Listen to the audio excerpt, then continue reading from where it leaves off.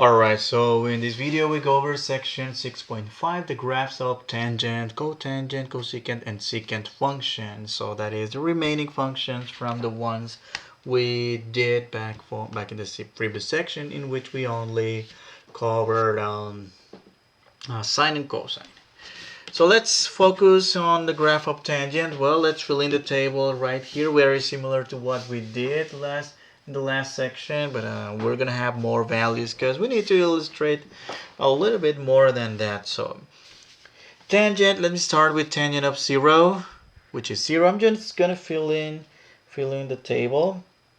Tangent of pi over 6, in this case it's gonna be square root of 3 over 3. Tangent of pi over 4, which is 1, tangent of pi over 3, which is root of 3, and well, let me leave this guy for the end. And in the negative direction, we may get the same negative root of 3 over 3, negative 1, negative root of 3, and well, what's going to happen at multiples of pi over 2 for the tangent function? Well, it happens to be undefined. Undefined in this case. Well, the fact that it is undefined, that means that we are going to have a vertical asymptote for that particular value. So let's draw those vertical asymptotes with dashed lines. All right. And then we're going to graph the rest of the graph by hand. Well, of course, these values I just obtained, those can be obtained from the unit circle. Okay, let me do pi over 3. Tangent of pi over 3. Pi over tangent is y over x, square root of 3 over 2 over 1/2. Well, the 2's are going to cancel. We're going to get square root of 3 over 3. For pi over 6, that's going to give us 1/2. That's going to make us do the division between 1/2 and square root of 3. Canceling the 2's, we're going to get 1 over root of 3, but if we rationalize that value, it's going to give us that, square root of 3 over 3. Alright, let's plot these points. The origin, 0, 0. And then pi over 6, square root of 3.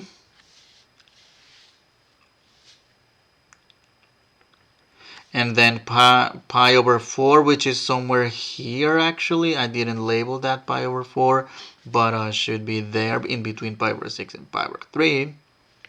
Pi over 3 comma root of 3. And then the same in the negative direction.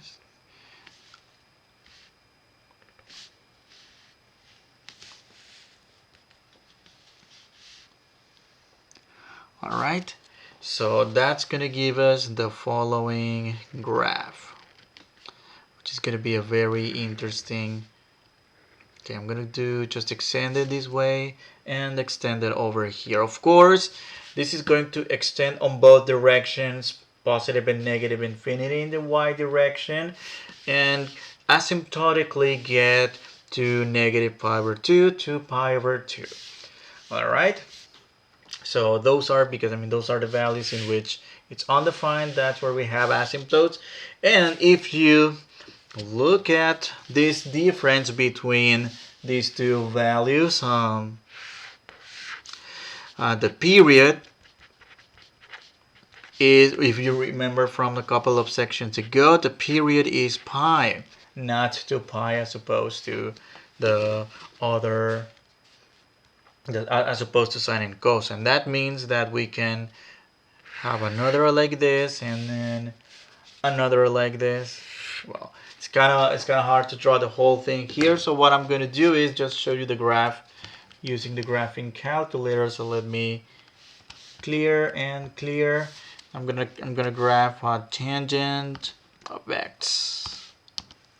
All right, and see how this looks like. Well, there's a period of pi in this case, and it repeats itself within the same shape. Okay, let's look at some properties of this function. So properties of the function, of the tangent function, and then we're gonna do one example. So we will really not gonna focus too much on the sine, on the tangent, and on the remaining function. That's just gonna give you a very brief idea of how they look like, how to graph them. Okay, so the domain is all real number except odd multiples of pi over 2, you know, because as we looked in the graph, it's not defined for pi over 2, it's not going to be defined for pi, and then 3 pi over 2, and then 2 pi, etc. Well, actually, odd multiples of pi over 2, 3 pi over 2, 5 pi over 2, 7 pi over 2, etc. And the range is a set of all real numbers, as we can tell from the graph. Well, for it comes from negative infinity and goes all the way up to positive infinity. And it's a not function because it's symmetric with respect to the origin. Well, actually, I have a one sample here. See how the graph is actually symmetric about the origin. All right, the function is periodic with period. Well, in this case, there's a silly typo right here. It's supposed to say only pi, not 2 pi. The x-intercepts are multiples of pi. That is pi, 2 pi, 3 pi, 4 pi, 5 pi, etc. And the vertical asymptotes occur again at odd multiples of 3 pi. This is actually supposed to be positive, by the way. All right. And then 5 pi over 2, negative 5 pi over 2, 7 pi over 2, 9 pi over 2, and so in the negative direction, of course. All right, let's see. Graph the function y equals 3 tangent up to x, and let's find the domain in the range. And of course, what is this 3 going to do? It's going to stretch all the y values by 3 units, vertical stretching by a factor of 3. And then these 2 right here is going to essentially make us divide all the x coordinates by b. In this case, divide by 2. All right. So let's see. So we have this function with only a couple, not too many key points, only a couple of key points. Like, let me highlight them just so you can see which ones I'm going to shift, rather compress and all that, right? So these are the important points. So in the first transformation, well, it's a vertical stretch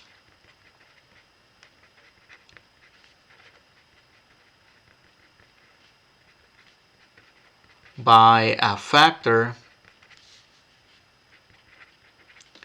of 3. In other words, what we do in this case is multiply the y coordinates by a. Well, in this case, by 3. All right. So in this case, if we're still gonna have negative pi over 4, but in this case, that's gonna be negative 3. 0, 0 remains the same. And then in this case, we're going to have pi over 4, comma, 3, and still pi 0, because that doesn't really get changed at all. All right, and the next we're going to get, let's see, let me just get that's going to be 5 pi over 4, 3, of course, and 3 pi over 4. These are the points that we are just changing, right? Essentially, the graph remains the same. I'm just going to do this over 1 period, this over another 1 period. See how the x-intercept is 0, pi. Well, we would have gone 2 pi, 3 pi, etc. Negative pi, negative 2 pi, of course. Now the second transformation, it's going to be, well, this 2x right here. It's, if we compare with our table here, with our summary, divide the x coordinates by b. In this case, divide the x coordinates by 2. All right. By the way, the asymptotes on the previous step, x equals negative pi over 2 still, x equals pi over 2, x equals 3 pi over 2. All right. So, well, what are we going to do next? Well, this is going to be negative 3, 3, 3, 0, negative, what was that, negative 3? Yes, negative 3. This point right here, this point right there. I'm just going to draw the shape because it's going to be essentially the same. All right. But what we're going to do is a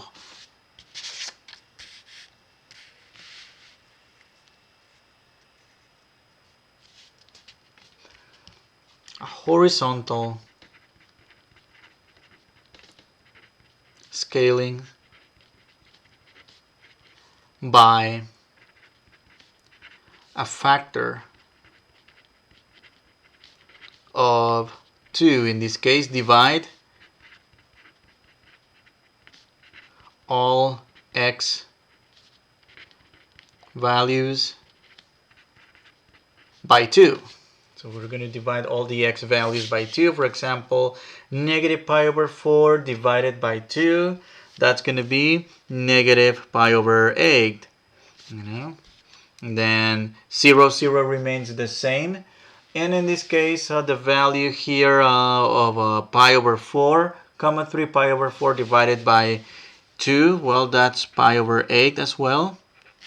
All right, and then this used to be pi. Well, we divide this pi by 2, that's pi over 2. And in this case, well, 0 this one was this is the one I wrote, pi over 2. And then this is 0, 0. Well, in this case, we don't divide by 0. We divide 0 divided by 2. Well, you still get 0.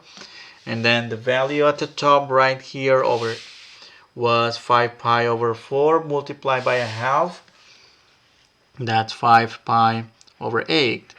And this value that was 3 pi over 4 multiplied by a half, that's 3 pi over 8. All right. Now, in this case, everything was halved in a way, but not only the points, but also the values of the asymptotes. In this case, let me multiply by a half, That also changes the values of x's where there's a vertical asymptote, they change. So in this case, a half times pi over 2, that's let me see if I can, okay, I can leave them here. That's a negative pi over 4. Pi over 2 times a half, that's positive pi over 4. And 3 pi times 1, which is 3 pi, over 2 times 2, which is 4.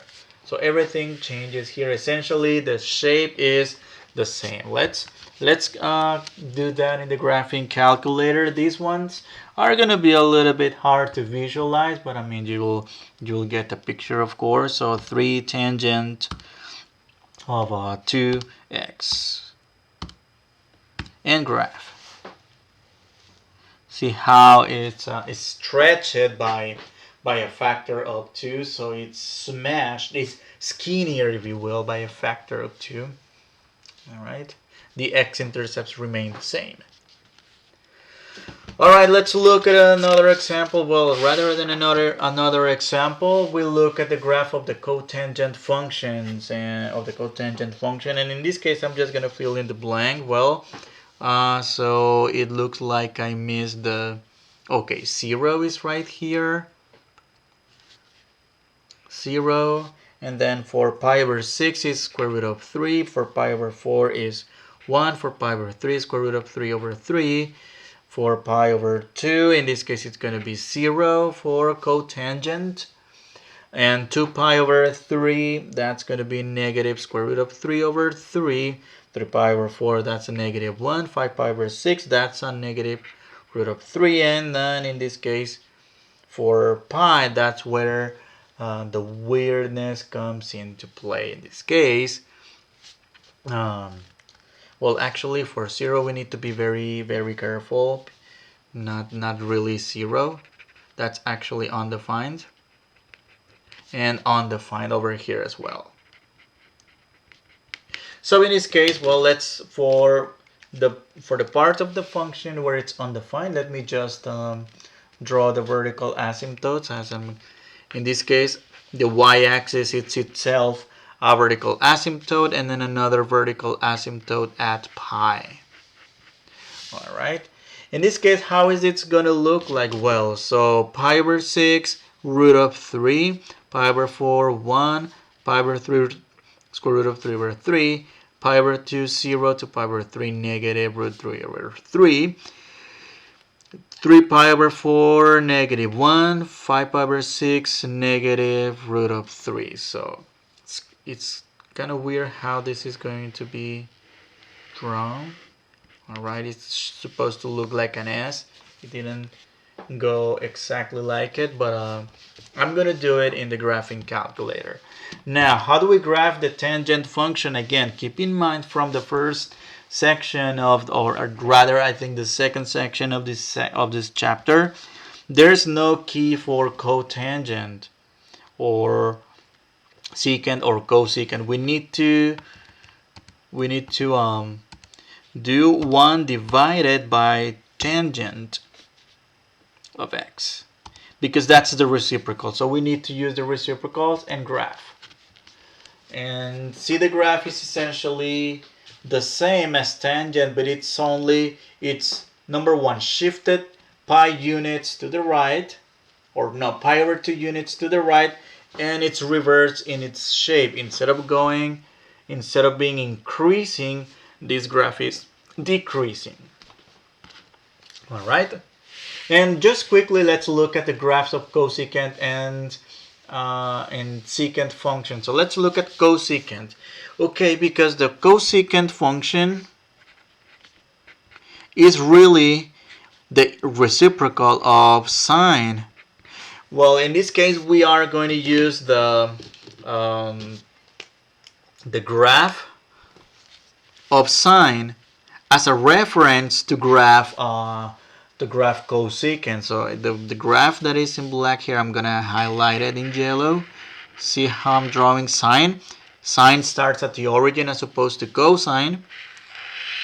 Now, at the points where sine has maximums and minimums, what we do is to draw like parabolas. These curves right here that are in pink, actually, that I'm gonna highlight with.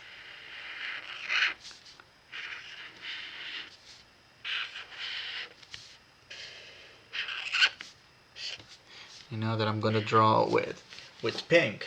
All right.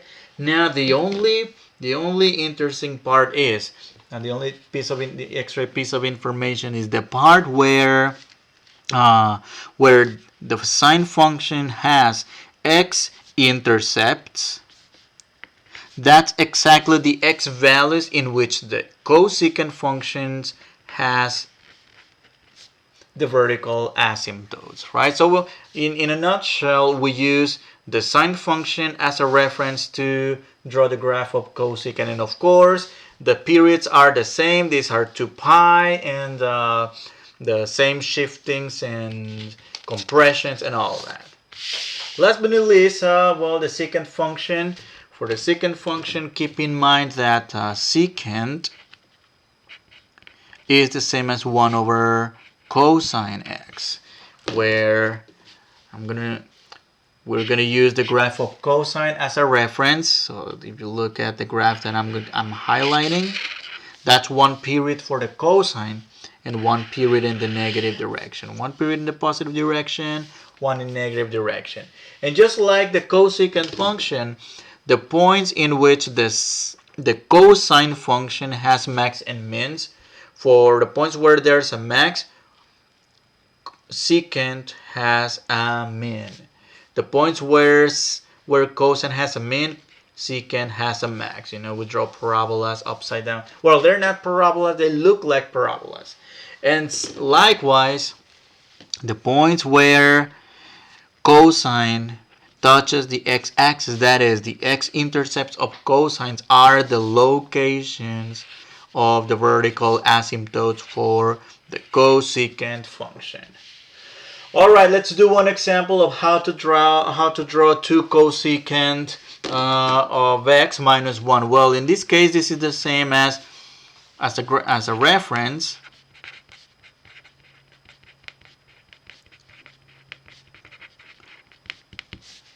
Y equals, well, the reciprocal of cosecant is 2 sine x minus 1. Okay, I'm going to start drawing that graph of 2 sine of x minus 1. Alright, see what we get.